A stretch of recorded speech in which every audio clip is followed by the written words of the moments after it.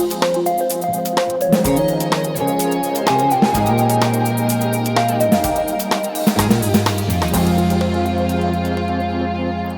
the dangers of vaping are in the news today with reports of 16 deaths and hundreds of hospitalizations. And local officials, from school administrators to city councils, are taking action. And here today to talk with us about vaping and the rise of that phenomenon, Kyle Greenman, thank you for being here. You're with Adolescent Counseling Services. Yes. So let's talk a little bit about your work in the substance abuse treatment program at ACS, and how is vaping factoring into your work right now? Sure. So at Adolescent Counseling Services, I provide therapy services to teens and their families who are having any issues with substance. That includes vaping, marijuana use, and other substances. We also provide group therapy services to both parents and teens. And part of that, we go out into schools. We provide services at schools for teens who have maybe gotten in trouble for having a substance or been caught on campus doing something like vaping. We also provide a comprehensive assessment program for teens who parents or schools might think are having substance issues. So that's what I'm doing at ACS. We also offer additional programs at Adolescent Counseling Services for LGBTQ plus youth, as well as a general counseling program for middle school, high school, and transition-aged children. So has ACS seen more kids coming in or referred to you because of vaping? Yeah, there's been a big increase in referrals. So we participate in a program that a lot of school districts offer called Alternative to Suspension. Typically, when a teen is caught with a substance on campus, they are given a summary 5-day suspension typically, and then they come back to school without any other support typically. The Alternative to Suspension program incorporates an assessment as well as a requirement typically for at least group treatment with other teens in the same school district who might have been suspended for substance use. So I know some of the kids think that vaping is safer than smoking cigarettes, and therefore it's also cleaner, sleeker, it's got lovely flavors, watermelon, mint, what have you. So what age range are kids who are getting into vaping? How young are they starting? As young as middle school typically. So the youngest that I've seen is 12 years old, but there are reports of younger. I'm a father, I have an 11-year-old, so it definitely causes me a little bit of anxiety around what might be going on in middle schools. But typically it starts in high school, that's the most common. We do see that by the time children hit about 11th and 12th grade, about a third of them report having at least attempted once to use a vaping device. So that's a pretty significant number, and about 10% of the students in Palo Alto last year in 11th grade indicated that they were regularly using a vaping device. Wow, yeah. What are the perceptions of vaping among teens that you treat, and what are particularly the misperceptions around sort of addiction and the risks that they might have? So a lot of them acknowledge that nicotine is addictive, which is good, but they very often feel that they won't become addicted. So it's kind of this perception that they're different from everybody else, which is very typical for a teenager to feel that way. So it's sometimes difficult to get them to realize that perhaps they are becoming addicted to a substance. The other thing we see is that they do feel, as you were saying, that it's not as harmful, and we don't know that. So in theory, tests have shown that there is somewhat less particulate matter, but it's different than smoking, right? So many of them do feel that smoking is gross, or it's yucky, or it smells bad, and then they prefer the watermelon, or they prefer the mango scent, or the cotton candy, or the donut. I mean, all of these flavors, they flavor them like breakfast cereal. You can get Captain Crunch, and you can get Apple Jacks as flavors for your vaping device. So with all of that being said, it's difficult to convince them that these things that are, enjoyable in a sensory way, right? You get a little bit of a buzz from the nicotine, at the same time you're getting all these flavors and it's kind of fun. They don't see that as potentially being harmful. But the aerosols that are generated by these vaping devices, they end up going deeper into the lung than tar from nicotine from traditional tobacco products goes. And same thing for traditional marijuana smoked products. So like, blunts and joints, they have a much larger particulate size, so it doesn't go as deep into the lung. So that's part of what's going on with these medical complications that we're hearing about in the news, is that some of the damage is going so deep into the lung that's actually damaging the alveoli. So the process of transferring the oxygen in your lung into your bloodstream, that's being compromised in a way that it hadn't been with previous iterations of substances. The addictive quality of this has led to kids vaping at school, in classes even, and the products are pretty small. And I was wondering if you could show us your display here and explain kind of what we're seeing. Yeah, so we take a display like this typically when we're presenting to groups or showing parents about some of the items that they may have. It's kind of a way to identify what could be a vaping device. So these first two here you can see are very much pen-like. You might look at it and think it's just a fancy mechanical pencil or pen, and they just have a screw-in cartridge, and they can be charged by a USB cable. So it's very easy to carry around, very compact. Some others are clearly kind of marketed to kind of conceal what they are. So like Juul is one of the most commonly seen products that we have in the Bay Area, and certainly one of the most popular vaping tools. It looks very much like a USB drive. It's even set up to kind of have its own little charger. You can stand it up next to your computer while you're working.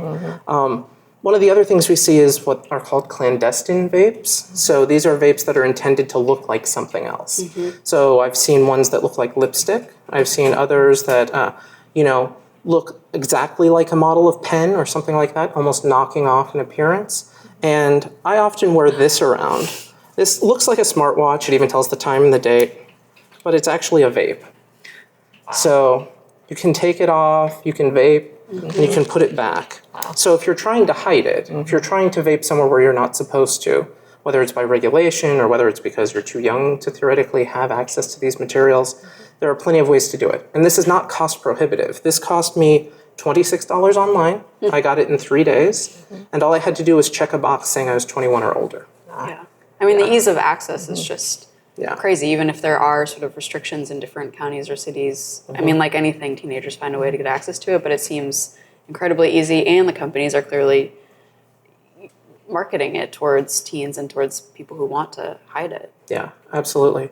One of the things that I saw in research is we do basically a child health survey every year in the public schools in California. And Palo Alto has its own report for this.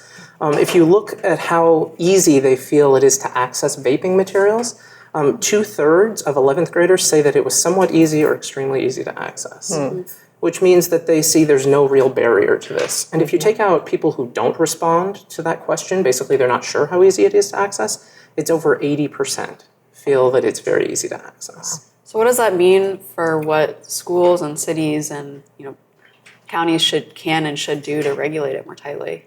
It's a very difficult question, and there are a lot of people who have a lot more experience in this than I do. But I do feel that continuing to make sure that only adults can access it, at least as much as we possibly can, is probably the first step. Also, reducing advertising. Right now, vaping products are not controlled advertising-wise the same way that tobacco products are. They are allowed to provide, color print advertising, things like that, and it's not as regulated as tobacco products because it's not the same category. So I think those two steps would certainly be a good way to go, and I think we need to continue investigating the health and safety aspects of vaping and make sure that if they need to be regulated in different ways, that we move forward in that. I'm also curious what you see in terms of the overlap with mental health, because with any substance, there's typically an underpinning of there's a reason why, especially a teenager started using something. And so I'm curious what presenting issues teens might be coming in with, or what is sort of overlapping with the vaping use. Yeah, mental health and substance use really go hand in hand. It's the most common comorbid condition of pretty much any mental disorder is substance use. What we see typically is that teens are telling us that they vape because it feels good, because they're bored, or because they're stressed. Those are probably the three things. If it's because they're stressed, there certainly is an element of relief that comes from using a substance, right? There's a reason that some people have a drink after work. There's a reason that some people choose to smoke marijuana when they become stressed out, right? And that certainly makes sense. The problem is that they may not be able to make a reasoned decision around that away an adult, somebody in their 20s, 30s, or even 40s would. Teen brains are still developing. We really don't completely develop our frontal lobes until we're in our mid-20s. So to take someone who's 14, 15, 16 years old and give them a substance like marijuana that can actually change the way their pathways develop in their brain that's modifying them early on, and they don't necessarily have the same planning and executive function kind of skills to foresee what sort of consequences there might be. So we see that quite a bit, and I would say stress in home and school are probably the primary drivers. And rather than developing more adaptive kind of coping skills, maybe finding a hobby, finding a way to manage stress and expectation differently, they may kind of fall back into substance use because it's an immediate fix that's very rapid. Yeah. I understand that some families are having difficulties with their youth because of vaping and the addictive qualities of that. What do you think parents know and should know about the vaping habit? I think they should know that your kids know a lot more about it than you do. So, you could search online, but I think an open and honest conversation with kids is really important around almost everything. So very often these are difficult conversations, but if you don't have them, then you can't really get a sense of what's going on. So I think parents need to know the basics, that vaping is very common. Only about 10% of kids really end up having, that regular use of a vape device, but that doesn't mean that your kid's not doing it with friends, after school occasionally. So having that conversation around health. We often say that, the just say no doesn't work, and it really doesn't. But if you give information to kids, they do process it, they do incorporate it into their understanding. And for about 80 to 85% of kids, they don't go on to problematic use even if they use occasionally. But that 10 to 15% that end up, at a place like ACS or in another treatment program, those kids need kind of a different level of support and care, and you need to not be afraid to ask for that. Schools can help you locate that. You could contact an organization like ours, and we'd be happy to help you there. But, ask for help before it becomes a huge problem. Yeah. What is teens' role, or what are their, the youth sort of, and I spoke to students locally for a story a few months ago about vaping, and a lot of them are upset by it, and they see it all the time in their classroom and on their campuses, and I'm curious how you see their role in sort of, if there's a public awareness campaign to be launched, or just educating their peers about the risks, that kind of a thing. Yeah, I definitely feel that. There are certainly, I deal with students who don't vape and don't use substances too, and they do feel stress. Sometimes there's peer pressure around it, right? Certainly, telling your friends that you don't think that it's necessary or appropriate is something that they could do. It's a very challenging thing to do as a teen. If you think back to being in high school, going up against somebody you might have perceived as being cool or being in a different social circle, that's challenging to do. I also think that they need to advocate for themselves. If they don't like the smell, if they don't want it around them, then they need to tell their peers they don't want it, right? I know that some schools have resorted to locking bathrooms and preventing access to restrooms without teacher accompanying them or something like that. I think that that's very unfortunate, but that's kind of a reflection of perhaps something that schools need to reevaluate. How are they going to manage this? It's, when I was in high school, people smoked in the bathrooms, right? And that just ended up meaning that a hall monitor or a community police officer or somebody would occasionally stop in, and if they caught people, that would be the suspension. I don't like that kind of approach. I don't want it to be punitive, but I think there also needs to be some give and take, right? Yeah, I think you forwarded an article about the Redwood City School District that is installing monitors in bathrooms specifically for vaping because the regular smoke detector isn't working on it. And certainly, I guess that's something that students could advocate for. But I wonder, what are school district policies such that, you mentioned the alternative to suspension, at what level are schools getting involved if someone's caught holding one of those, or if they're caught in the classroom? Yeah, so typically there's a suspension. That's kind of the first go-to. Many school districts, I think almost everybody around here, is now offering an alternative to suspension program in one shape or another.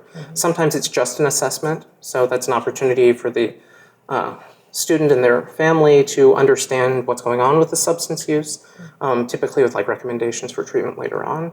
A lot of them incorporate a variety of group therapy, and that's kind of offered traditionally through an outside provider. There are school counselors. They tend to be a little bit overstretched and pulled in a lot of different ways. So there are on-campus programs that like we offer at ACS. Other programs also offer on-campus treatment. So those are ways that you can get support. And then there's always kind of the more direct route. So you could go directly to a program like ours and request an assessment, and then we would do that. It's unfortunate that a lot of lower SES individuals don't necessarily have access to the same kind of care, or at least it's not immediately available. Lower income. Yeah, so if somebody doesn't necessarily have the means to pay, $150 or $200 an hour to see a counselor once or twice a week for their kid, that can be a very big burden. So we do offer, other fee arrangements for some people if they need it. I'm a really big believer in that everybody should have access to care, especially mental health care, and certainly adolescents and youth. So I support the schools in whatever they want to do, but typically they partner with outside agencies just because they don't have the resources. So just to clarify, if kids are in your program, they probably have a more habitual, serious relationship with vaping, but those who do it once or every now and then, they're generally not seen. Like I said, there's maybe 10 or 15% who use a substance who go on to then problematic use of something in the future, whether it's this or a different substance. So we see kind of the whole spectrum. I've seen individuals who have been in multiple treatment programs and have been in and out of treatment multiple times. I've also seen adolescents who've been caught once at school and their parents were very upset and brought them in to have that discussion. So, there's a big spectrum in treatment. And I'm happy to see anybody who wants treatment, because if you're asking for it, then there's probably something that needs to be discussed.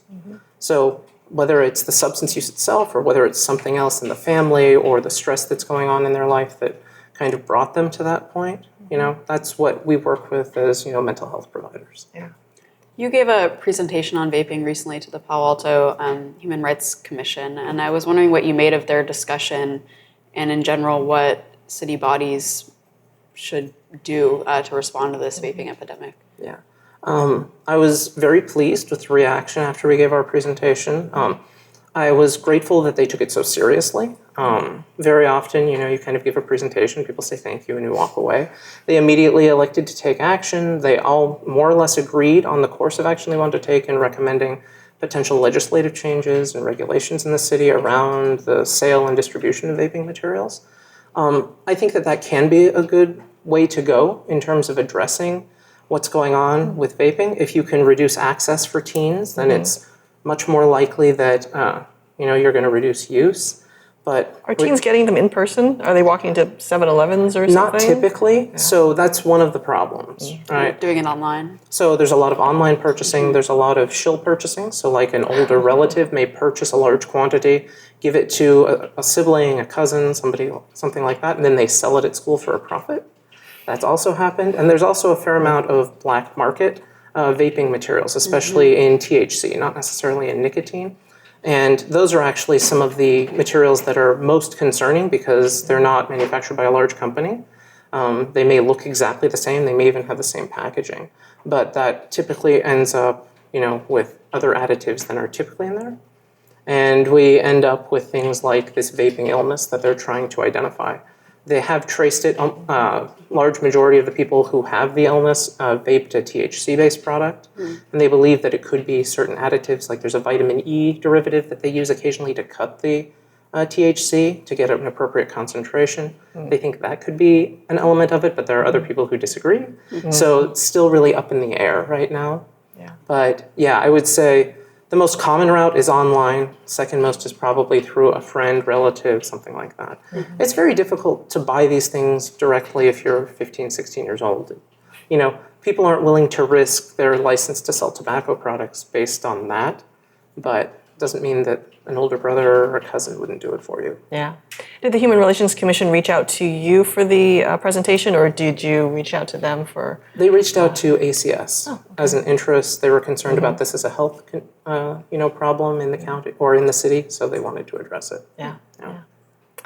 Is there anything that we haven't covered in the issue of vaping and its prevalence, or what people should know? I mean, it is a very big area. So if you go online, you can certainly read more about it. I would encourage you to do that.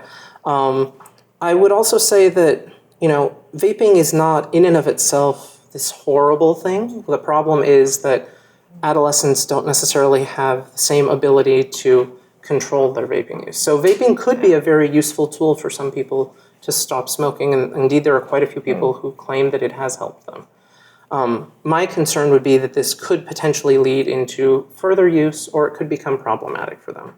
So a lot of times individuals will start with a tobacco product, like a Juul, and then move into a cannabis product. And while in and of itself not necessarily overly harmful, I think it's important that we keep in mind that there can be progressions and increased use. So we want to keep an eye on that just as parents, right? And talk about it, be open about it with your teens. Yeah. And the efficacy of treatment, are you seeing any difference between when kids come in having smoked or vaped or used marijuana? Is there a difference in efficacy of the treatment process? I don't know that there's a difference in efficacy of treatment. So I would say that certainly there can be improvement in use. So some people do become fully abstinent. Our program is what we call harm reduction. So the goal is to reduce the harm associated with the substance use. So if there are academic consequences, like not attending school because they're high or because they aren't interested, they have developed apathy, then we want to get them back in school and attending classes. If it's causing legal consequences, then we want to address those so that it reduces the harm there. We also want to reduce the use, because if they're using less often, they're less likely to develop those medical complications like the lung conditions. So that's our approach. The other approach is kind of the more traditional abstinence only, which would be like the just say no, or maybe an AA kind of approach, an Alcoholics Anonymous approach. And that can be very effective for some people, but a lot of the research evidence is pointing more toward a harm reduction as a way to reduce the impacts of the use, and it generally has better outcomes in the long term. All right. Well, Kyle Greenman, Adolescent Counseling Services, thanks so much for being here. Thank you. That wraps up this edition of Behind the Headlines. Thanks for watching. If you think of anyone else who would like to hear this discussion on vaping, you can share the link on social media or on email. Just click below on the share button. For all Palo Alto news, go to paloaltoonline.com, and we'll see you next week.